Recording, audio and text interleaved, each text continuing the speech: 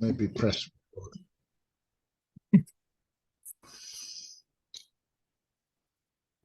And we're now recording.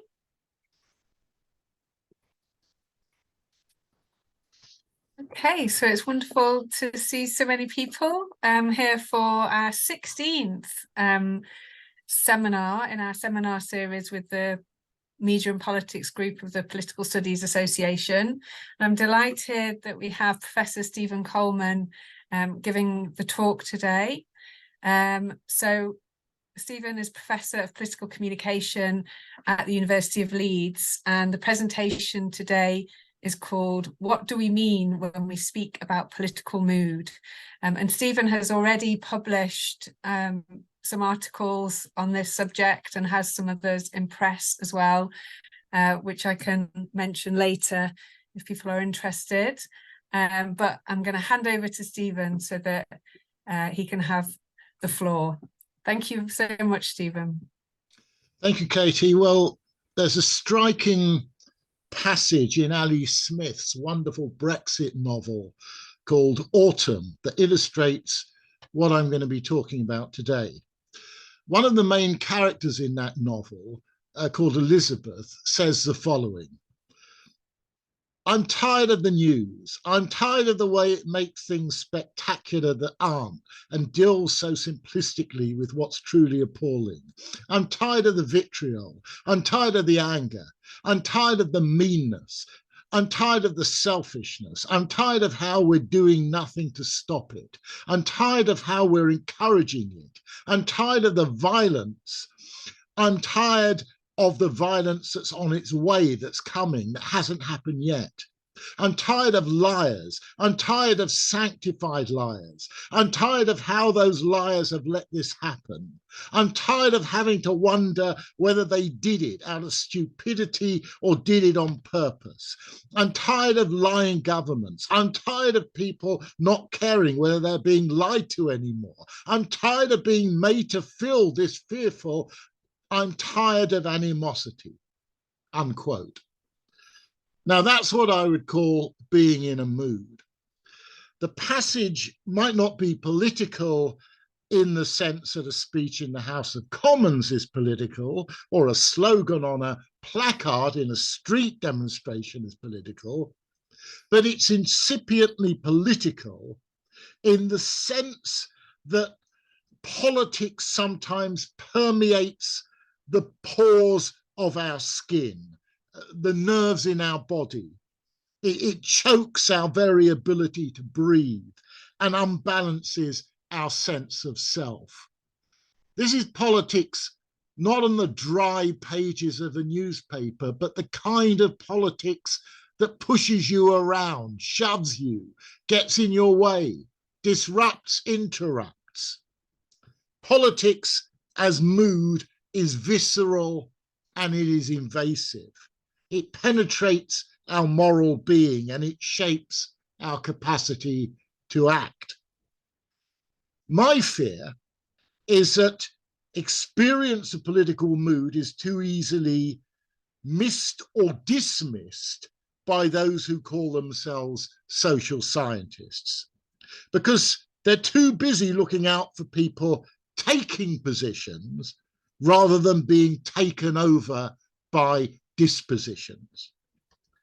My interest in political mood rests on the assumption that formulated public opinion is one thing, but to focus upon it exclusively is to only read the end of the story without paying attention to why the murderer ever wanted to pick up the dagger in the first place.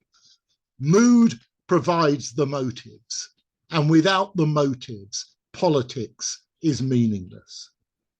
So in short, I'm interested in political mood because it is the phenomenon from which agency emerges, and without which the intentions and horizons of democratic action tend to be abandoned to mere guesswork.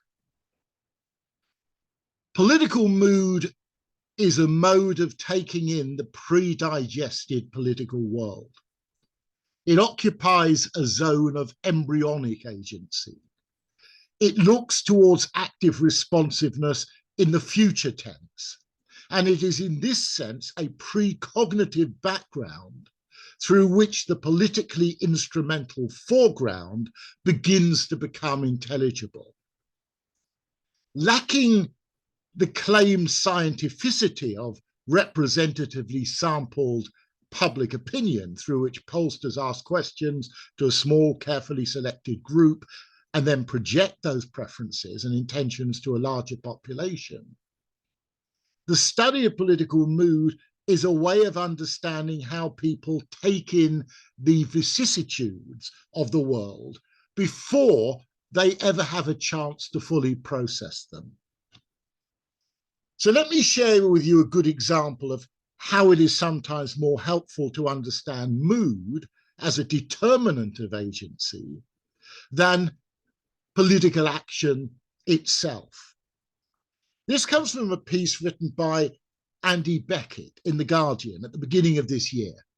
I quote, "Britain seems to be in a strange mood as 2023 blearily begins. One of the world's richest countries, even after the economic calamities of Tory rule, has in many ways become dysfunctional. Yet the response from voters seems complex and relatively muted.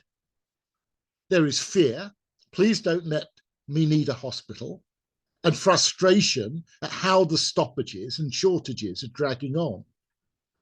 There is disbelief at the country's accelerating deterioration, but also fatalism, a feeling that Britain was due to fall after years of cost-cutting, complacency, and overindulgence. There is exhaustion at the sheer length of the disruption and skepticism about the ability of any politician to end it. But there is less overt anger than might reasonably be expected," unquote. Now, this is not simply an account of widespread public discontent of a kind that might be picked up by pollsters, vox pop journalists, or listening politicians. What Beckett is describing in this passage is a political mood of exhausted bewilderment in the face of what feels like permanent crisis. Crushing demoralization and frustration have worn people down, leaving them vulnerable to a sort of tragic fatalism that engenders collective demotivation. To explore political mood is to seek to apprehend the ways in which political subjects are captured by seemingly nebulous affective forces. To speak of a population as being exhausted, even to the point of not being able to indulge its own anger, is to say something about the complexity of mood. To speak of the community as feeling humiliated to the point that it is tired of demanding justice, it is sick of its own pleading voice, is to speak of mood.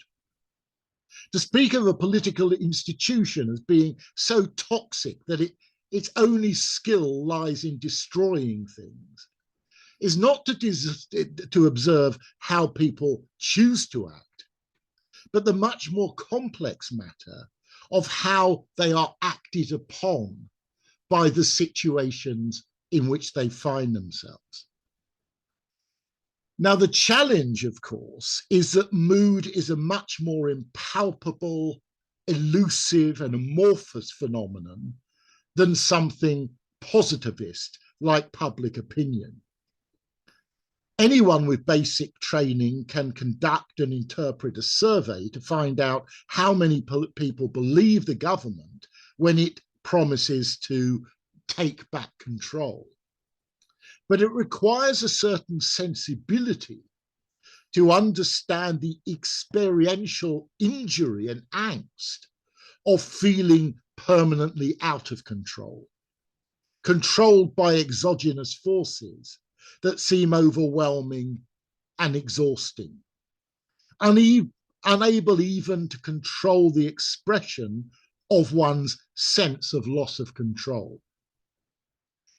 So I just used the term sensibility rather than method. And that, I think, is what is at stake epistemically when we start to think about political mood. We're operating in this conceptual space at the border of material knowledge, at what Raymond Williams once referred to as the very edge of semantic availability. So let me try to outline three defining characteristics of being in a political mood. And you might want to think back to that Ali Smith passage that I read to you to see if it makes sense in relation to that. Well, first of all, mood is not an expression of formed cognitive opinions or psychically processed effects. To be in a mood is not to adopt a view about the world, but to be somehow impinged upon by the world in ways that are inchoate, confounding, and often non-negotiable. One is left dependent upon epistemic conjectures through which actuality is apprehended through the kind of creative speculation commonly associated with intuition.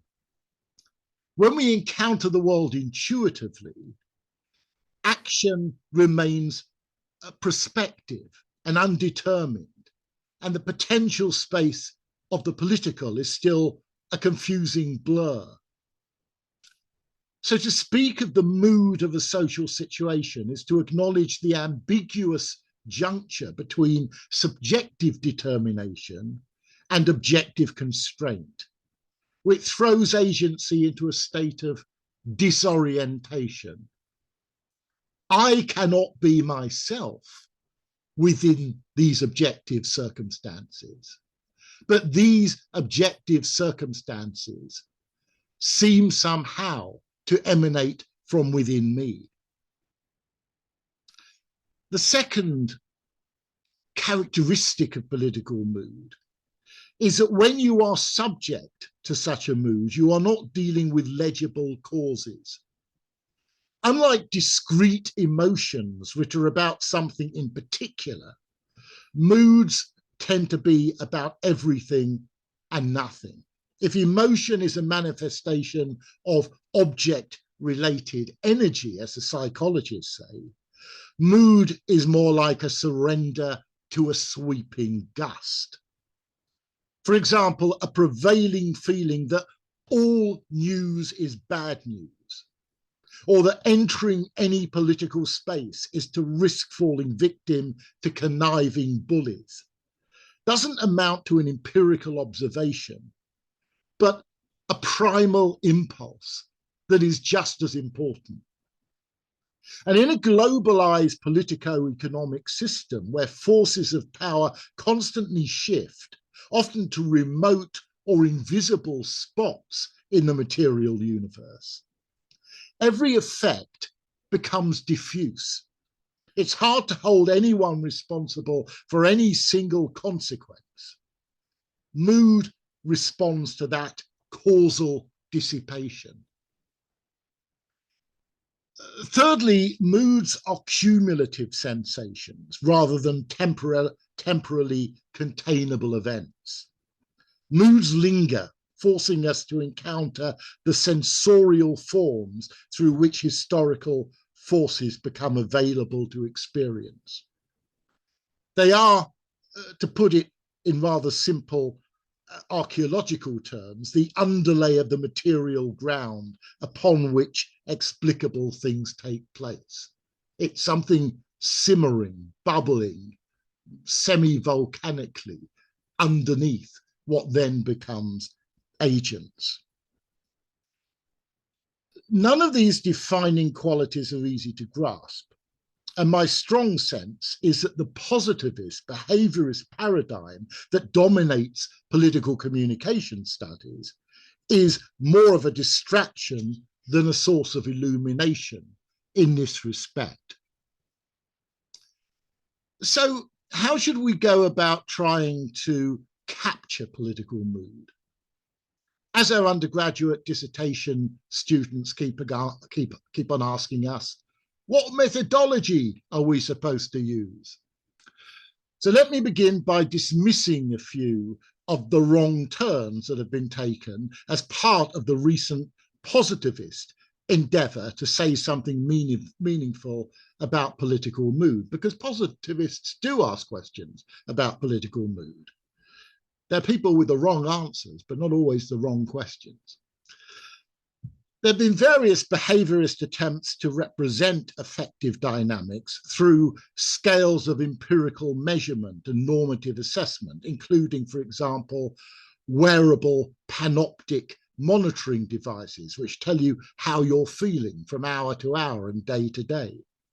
And sometimes these are aggregated to generate spurious mood graphs across whole areas and communities. Totally meaningless, but fun to look at. Then there's sentiment analysis, which examines the persistent data chatter of social media with a view to mapping a landscape of online expression in relation to a particular issue or context. Sentiment analysts claim to be able to produce representative accounts of aggregate public mood. Now, of course, the sentiment samples they examine are hardly typical of wider populations, and the interpretive codes for classifying the effective meanings of the elliptic online messages they study lack nuance or cultural sensitivity and are dependent very often upon the very semantic positivism of natural language processing that adds to misunderstanding. Some political scientists have rather crudely attempted to represent what they call policy moods, which are an aggregate measure of the public's preferences as expressed longitudinally through opinion polls. So they look at poll data over time and they say, there's a mood for war, there's a mood for Keynesian expenditure and so on. Political mood in this sense is merely a sequence of thermostatic fluctuations within identifiable boundaries of preference. But of course, they only have any meaning after the event. They predict nothing. None of these methods come anywhere close to the analysis of political mood that I am calling for. So what does come close? Well, in their excellent new book, it only came out last week, entitled The Politics of Feeling in Brexit Britain, Jonathan Moss, Emily Robinson, and Jake Watts have gone back to that fork in the road in the 1930s, when the public opinion industry took off, and they've taken the road less traveled by returning to mass observation as a qualitative way of discovering how Brexit felt to people. So they send out hundreds of mass observation forms for people to fill in and talk about who they were talking to and what went on during Brexit. So rather than finding out whether people adhered to a cognitive script, this book produces what seems to me a really enlightening account of what people found within the mood of their neighbors and communities. My colleague Yuri Mishnikov and I have a paper about to be published in the American Journal of Cultural Sociology on the street protests in Belarus in the aftermath of the stolen election of 2020. Now, in that study, we've attempted to analyze protest images with a view to distinguishing quite clearly between semiotic representations of mood and of agency. It's an innovative piece, and I'm sure that there's much more that can be developed in that area by people who are experts on visual communication. But a fruitful approach that I've been adopting is the elicitation and interpretation of what I refer to as mood stories. These are accounts of how it feels to be in the world at a particular time or place, caught up in an affective atmosphere that seems to infuse a situation or a scene. Mood stories tell us what it's like to be absorbed by an inscrutable ambience in which the details of emplotment are inundated by the qualities of feeling. Mood stories reveal how people come to register impersonal social forces as visceral sensations. They feel Brexit, they feel Europe, they feel racism, they feel solidarity. Mood stories tell us of a world that is inhabited by the teller, who is at the same time inhabited by a world that determines what is tellable. The mood stories that I've collected, and I've written about them in some detail in a recent article in the International Journal of Politics and Culture, are commonly characterized by three features. First of all, people speak rather less about what they remember thinking or feeling at a particular moment than about how they struggled to think or feel at all. We've just been carrying out a series of interviews with Ukrainians about the first day after the Russian invasion and their mood of fear and apprehension. And what I found most interesting about those interviews were those moments in which people had to struggle to make sense of what they were thinking at the time and feeling at the time, because it was not obvious. Secondly, these mood stories are often told in real time, reflecting in the present tense upon situations in which people have found themselves attending to aspects of the world without any intentionality. Moments and periods in which the world seems to inflect and constrain agency, not as knowable material forces, but as sensory checks and impulses.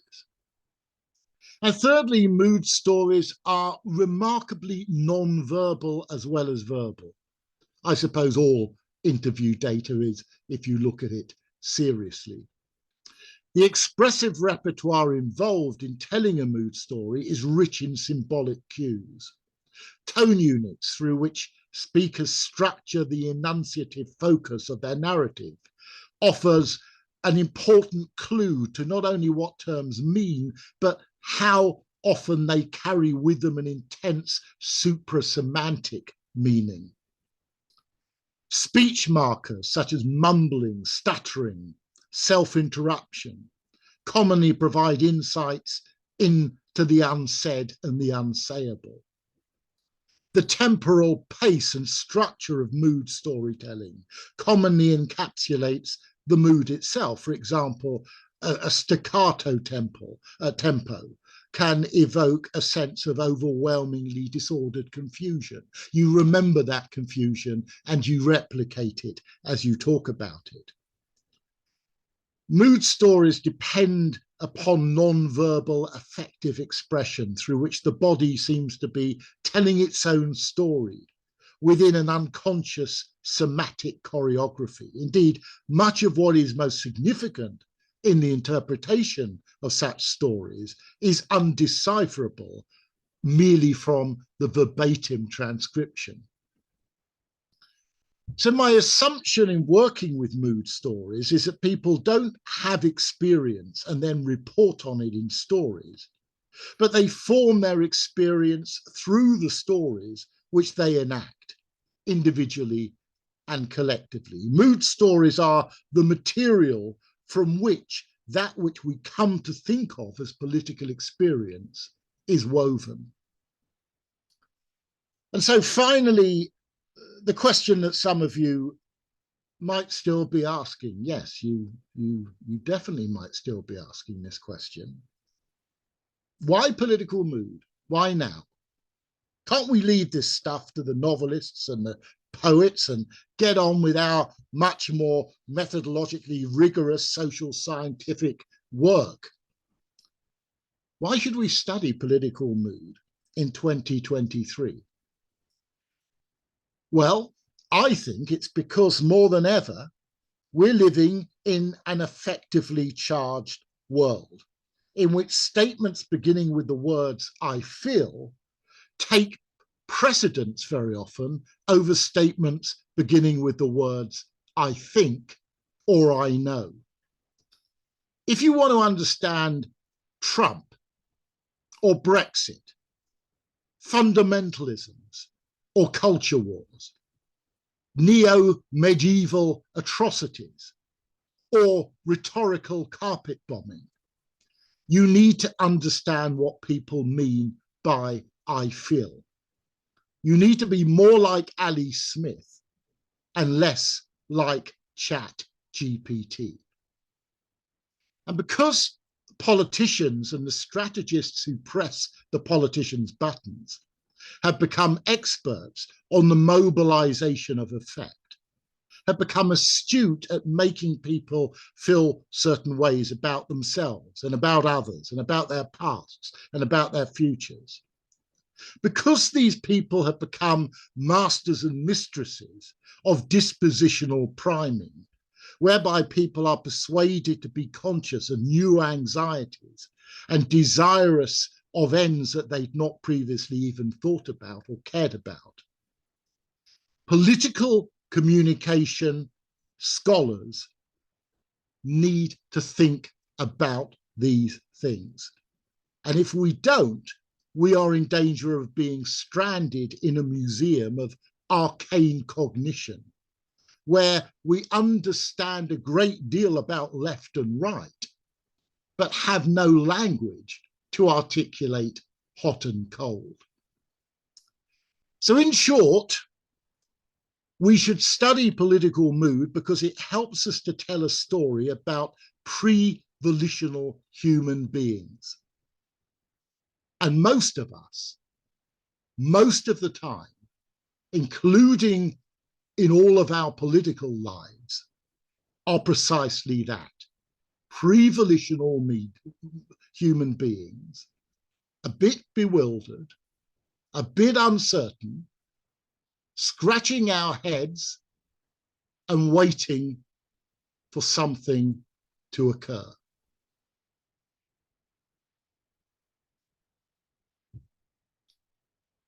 That was my talk.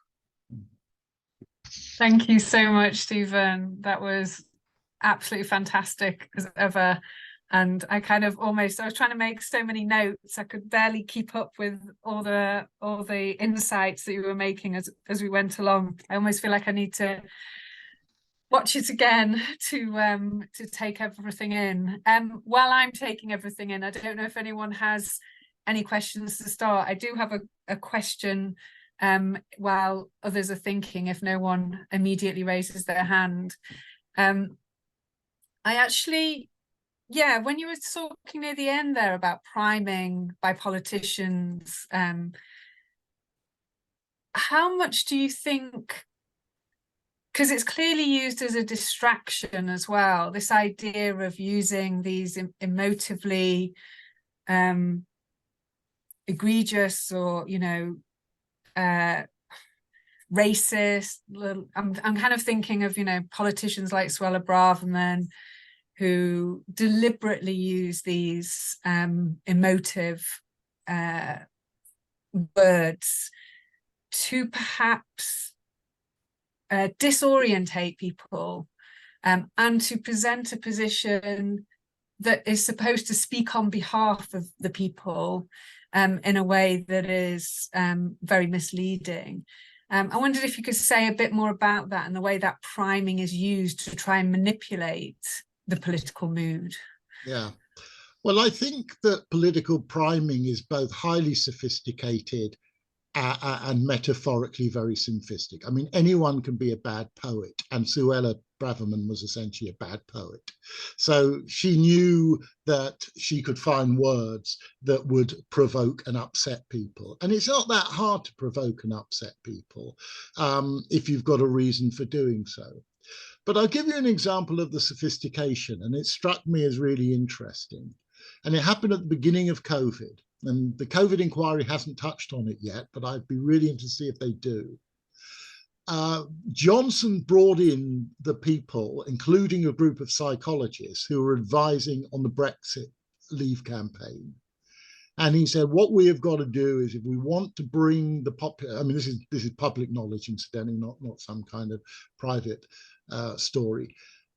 We have got to do what we did with Brexit. We have got to use terms like take back control. We have got to know the psychological nerves to press on, and we've also got to know the ones that we should be leaving alone. And they brought in a team of people, and it costs a lot of money to bring in a team of people, and they were not wasting their time. So I think the answer is that at both the government and the corporate level, there is a huge amount. I was just talking to something just happened last weekend. It was kind of just private gossip. And they were talking about how a lot of stand-up comedians are being brought in by big corporations to help them to understand how to relate to a public. A lot of humor in stand-up comedy is called recognition humor. And what you do at the beginning of a comedy act is you try to get people to feel that you don't know each other personally, but you know each other impersonally. You share a lot. And a lot of these guys are now being brought in by government departments and by corporations, and they're being asked, look, if we only had 10 minutes on a platform in front of a big population, what would we say in order to get them on our side? So I think one should not underestimate the sophistication of this priming. And I also think that we as media and communication scholars should sort of, in a sense, we've grown so used to assuming that nobody takes any notice of anything that we do, that we might have forgotten the fact that actually some people do. And some people realize that when we're talking about priming and agenda setting and framing, there are some people who actually have a use for this stuff, and they will say to a civil servant, give me an A4 sheet with everything that they would learn in the course of a semester of undergraduate media studies about priming, and tell us how to do it. And they're not failing to do that. There are massive companies. One of the biggest companies in the world now is a PR company called Brunswick. At the COP conference, there are more Brunswick employees than there are representatives from any single country, including the United States. Thank you. Does anyone have a question yet? Please do raise your hand, or I'm going to ask another one if you don't. Julie?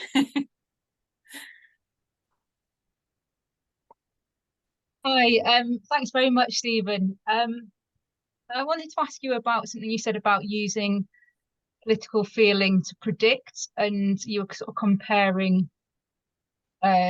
this as a method to other methods, and particularly positive methods.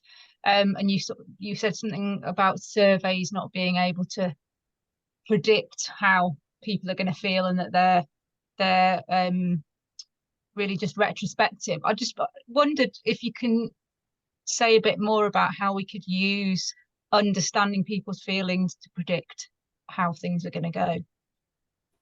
Well, you can of course use, I mean, surveys can be quite predictive. What I was saying is that the kind of longitudinal studies that constitute policy mood are by their nature retrospective. So for historians, they're quite useful. I'm not saying there's no intellectual value to them. I'm just saying that they don't do what I want to do in terms of political mood. Well, I think what you do with political mood is you operate in a different basis. You don't operate as a social scientist. You operate as arts and humanities people tend to operate, which is you ask yourself, are there patterns in terms of human behavior that tend commonly to lead to certain consequences? Now, nobody knows more about that than, say, historians. And so what you would be asking yourself is, are there things that people tell you that, combined with other things that they tell you, are likely to result in them then telling you a third thing? And that's a kind of prediction I'm talking about. I'm not talking about any kind of white coat prognosis about what's going to happen in the world. I'm simply saying, for example, I mentioned one example. If you have a group of people who are deeply humiliated, you know, whether it is poor black communities in Britain, or whether it's Palestinians in Palestine, and they feel not only humiliated, but also incapable of articulating a sense of justice because they are always the ones left to have to do it, then eventually they will do things. They will do one of two things. They will either tend to withdraw and give up and move outside of the political sphere, or they will commit crazy and horrendous adventurous acts. And we can think of examples of both of those. So that's what I'm saying. I'm not really at all in the business of being predictive as a political communication person. My interest is in, but I think if I wanted to be predictive, I would look at, I would look at survey research, which I think does provide predictive power. But why? Thanks. Yeah. Yeah. I guess it's a combination, isn't it? That we can use a combination of different methods, and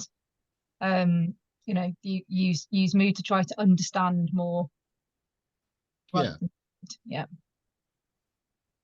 Beth. Oh, thanks very much. Thanks for that, Stephen. I thought it was really interesting, and I've sort of got two questions, but if there's other people, please feel free to pick whichever one you prefer or would rather not answer. So the first question I had relates to sort of storytelling, and I was thinking about what you were saying about, I suppose, the gap between things that we can't articulate in language, things that are felt, and the way in which, for example, you've presented and told that story incredibly powerfully. So something around the role of storytelling within and around mood. And the second thing that I was thinking about was in the work that you were talking about, just having done with Yuri, how did you sort of translate the sensorial, if you will? So those were the two things that I wanted to ask. Thank you. Well, I'm certainly more than happy to answer both of them, but in a way, I think the paper that Yuri and I have written will answer the latter question, partly because it's quite visual.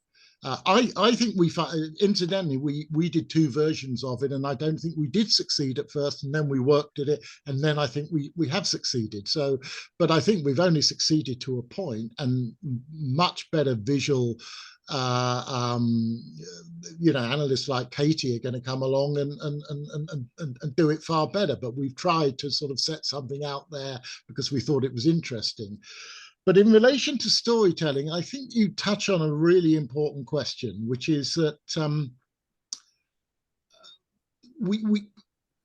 there is an art to what we are doing around the study of communication.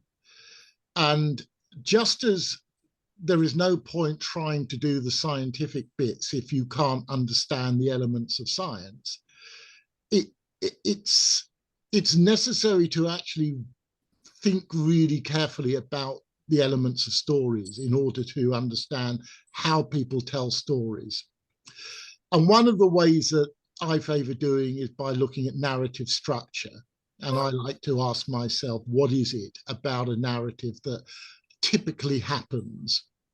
And is it happening in this particular narrative? And I would go and encourage my students always to go to the work of William Labov to try to see whether that narrative structure is meaningfully present. But I think there is also this question of the non-semantic elements of storytelling. And sociolinguists have done brilliant work in the area of tonality and in the area of nonverbal communication. My students, when I'm teaching this, always tell me the one thing that we know is untrue, which is, I've read somewhere that 90% of all communication is non-verbal communication. And I always say to them, well, why would anyone ever have any difficulty when they go abroad speaking to anyone else? Because if 90% of it was non-verbal, we'd never need to learn another language. It would only make a 10% difference. And of course, that's not true that 90% is non-verbal, but it is true that there are non-verbal elements to what we say, which, for example, might be incongruent with what is coming out of our mouth. So we might say something, we might say, I'm very pleased to see you, and we don't look pleased to see someone, and that presents an issue. Certainly the speed of what we say is important. Certainly there are questions of tonality which have to do with hesitation, which have to do with self-correction and speech maintenance, which are really important. Now, I listen, you know, I'm not, I don't think I'm a particularly talented person, but I think one thing I'm talented at is listening to people telling stories. That's what I spend a lot of my time doing. And I really listen. And sometimes that enables me to go back to them and say about their story, I wonder whether you really had something else you wanted to say at that point in the story. And very often I'm right, and sometimes I'm wrong, and at other times I'm actually impertinent. So I think that you're right in saying that we need that in some way, I think this is what you're maybe hinting at, is that some ways when a field like our own gets hold of stories and sort of says, yeah, storytelling, that's a good thing, we might be a little bit casual about it and sort of say, yeah, let's just listen to what people tell us. They tell us it, we read it, we reproduce it. And I often find, and forgive me if any of you are people who do this, but I often find those presentations that have sort of big chunks out of focus groups in them extremely irritating. But I always think, you know, what's it actually about? What are they telling me? They're just telling me that somebody said something. Who knows why they said it? Who knows what went before? Who knows what went after? Who knows whether they meant it? Who knows whether the person was a truth teller or a liar?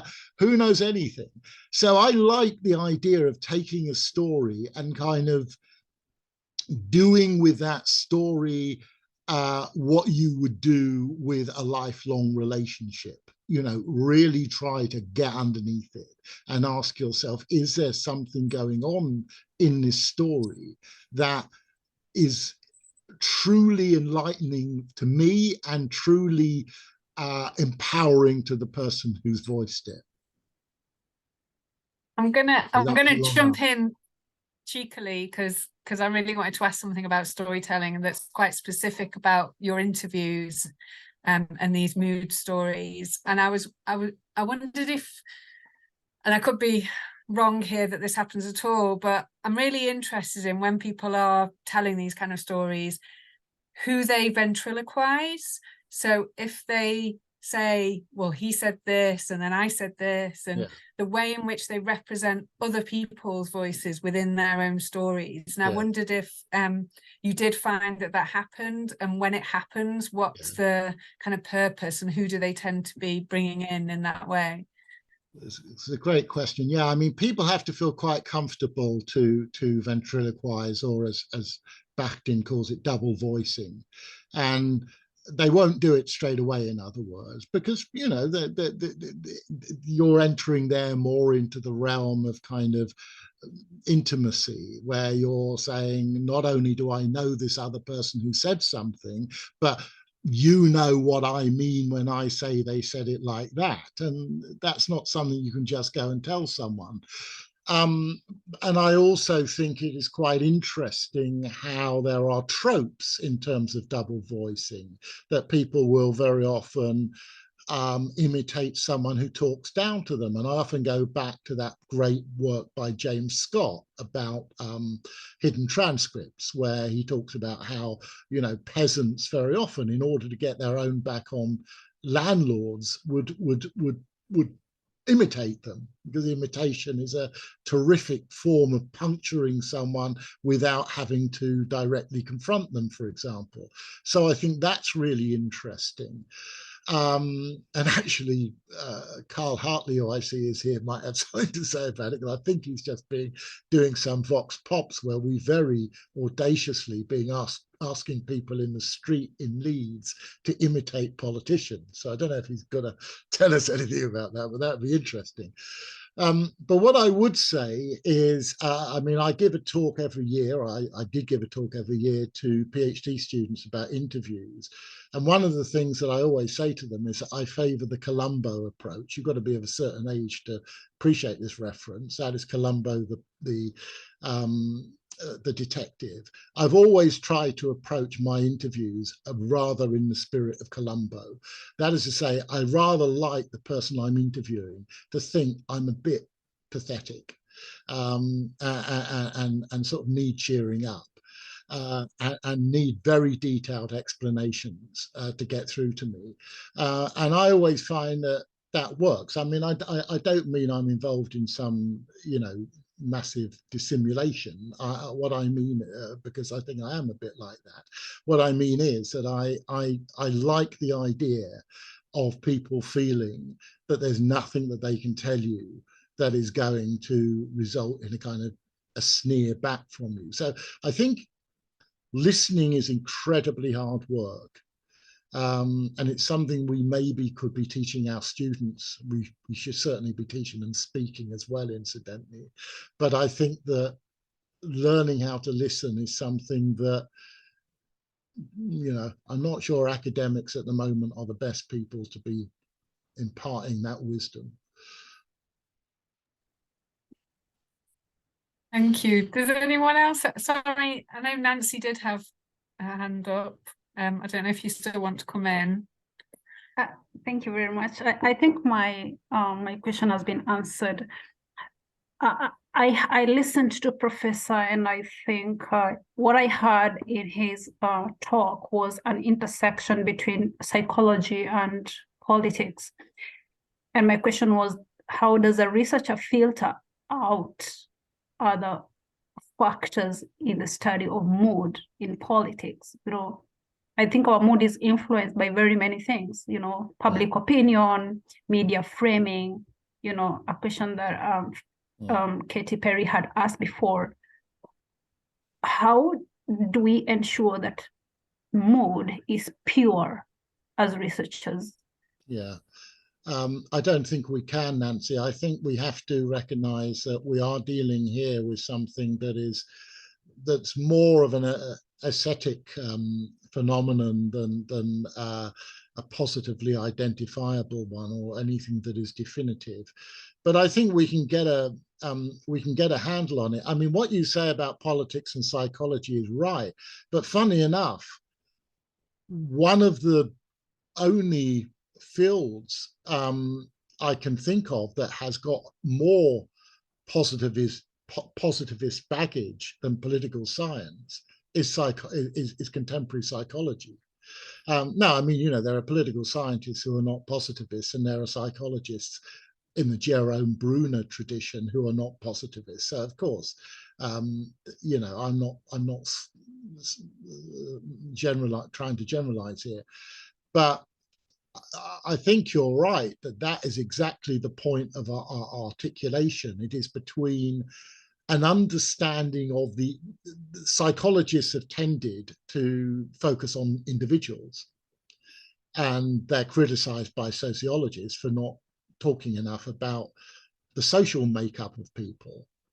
And we as social scientists tend very often to be not very good at micro individual analysis, but very good at our best at the macro story. And it's about bringing that macro micro link together in a way that's convincing.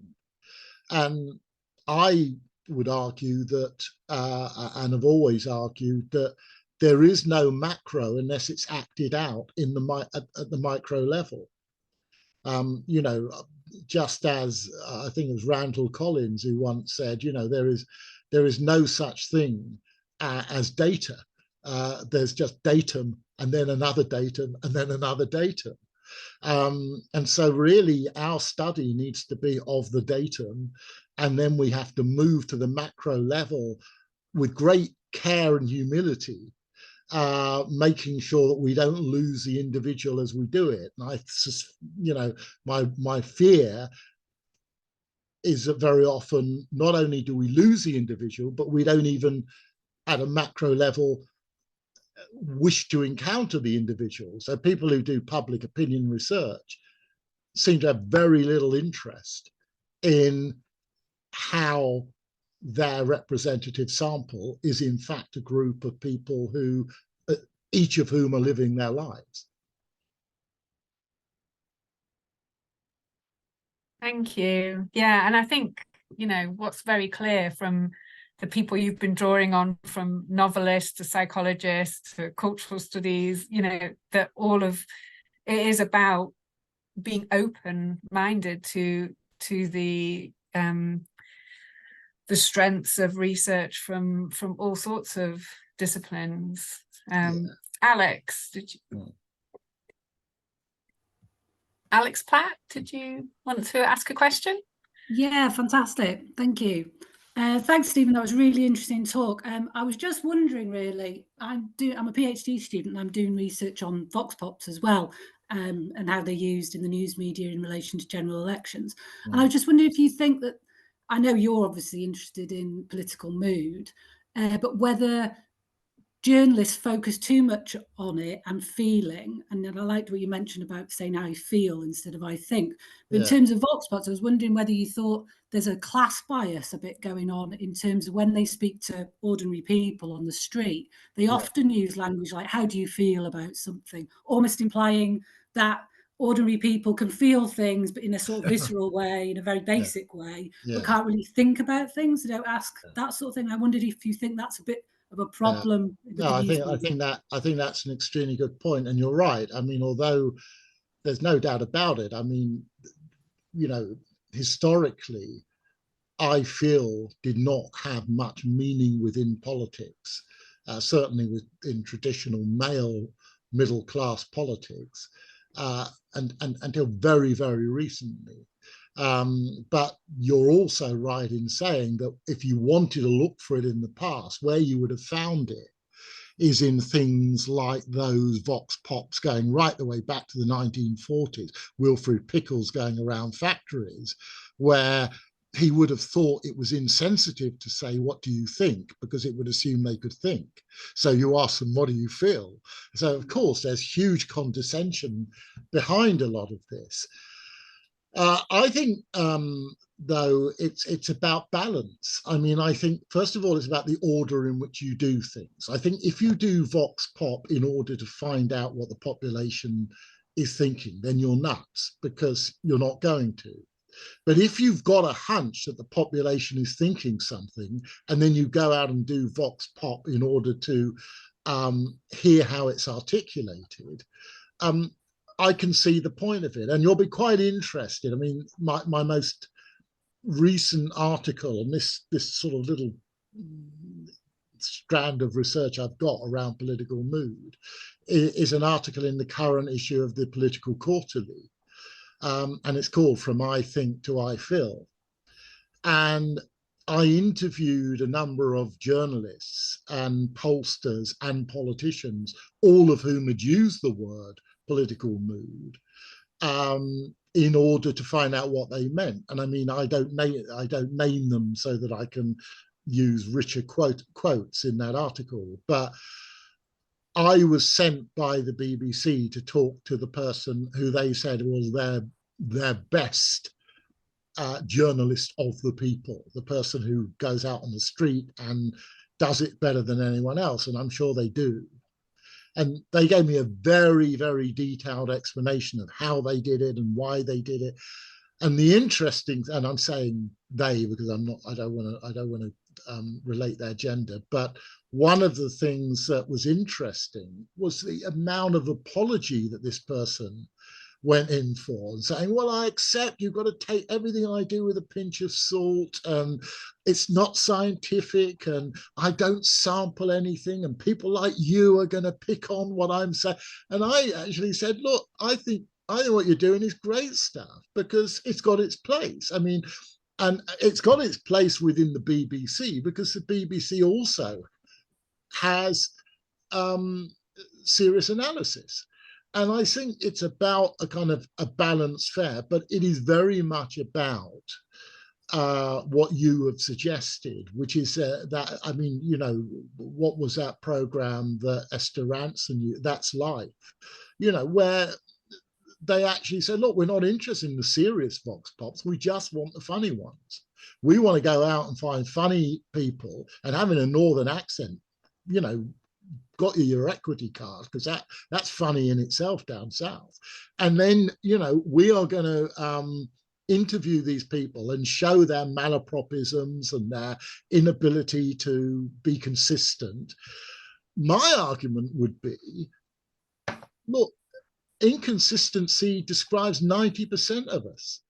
You know, I mean, unless you're doing a study of kind of, you know, what David Willits, the man they call Brains within the Tory party, thinks, you should study inconsistency, because it tells you about human beings. Most of us, most of the time, are thinking, what the? But, you know, and people in think tanks don't do that. They arrive at 9 o'clock in the morning, read the newspaper by 9:10, and by 9:30 they've got a view. But, you know, so you don't need to do vox pops with them, because they send out press releases. So I think it's a really interesting question that you raise, and, you know, I'd love to know more about your research. Okay, we're actually out of time. So I think there's a few things I'd love to hear more about, including the role of humour in this, and that use of stand-up comedians, and where humour fits with the political mood, but also around inconsistency and ambiguities. I think these are really important things to think about further. But I am aware that it's 5 o'clock, so thanks once again to Stephen, and I did put the journal articles in the chat as well, so please do look up those articles that were already out. And I don't know, Yuri, thank you so much for joining us as well, and I really look forward to that article coming out as well. It looks absolutely fascinating. What's the weather like in Minsk? Thank you. You didn't hear. You don't think you heard. So thanks everyone. I'm going to stop recording now, and I hope you all have a lovely Christmas, and I'm sure that the Media and Politics group will be back with some seminars in the new year. So thanks everyone. Thank you. Thank you for inviting. Thanks, JT. Thanks, Steve.